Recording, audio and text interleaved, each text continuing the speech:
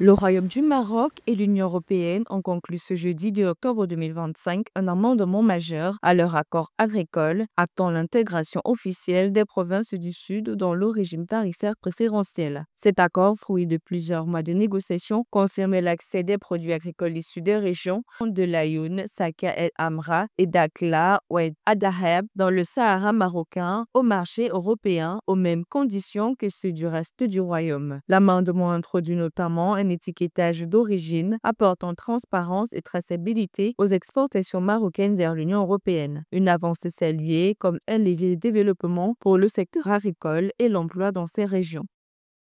Cet accord peut être analysé sur deux points majeurs. Sur le plan économique d'abord, il constitue un levier important qui renforcera la position du Maroc dans sa volonté d'affirmer son statut de première économie d'Afrique du Nord et plus largement de consolider son influence sur le continent. L'ouverture sur le marché européen représente en effet une opportunité considérable, susceptible de stimuler les exportations marocaines et de donner un véritable élan à la croissance du royaume.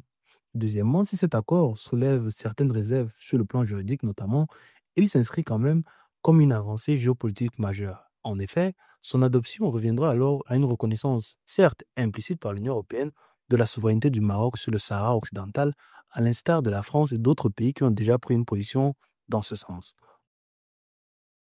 Au-delà de l'aspect économique, cet accord s'inscrit dans une dynamique politique plus large. Il réaffirme la position exprimée par l'Union européenne en 2019, saluant les efforts sérieux et crédibles du Maroc sur la question du Sahara. Plusieurs États membres de l'Union européenne ont depuis exprimé leur soutien à l'initiative marocaine d'autonomie en phase avec la vision stratégique de Sa Majesté le roi Mohamed VI. Le Sahara marocain s'impose désormais comme un pôle régional de stabilité et de prospérité porté par une diplomatie proactive et un leadership assumé.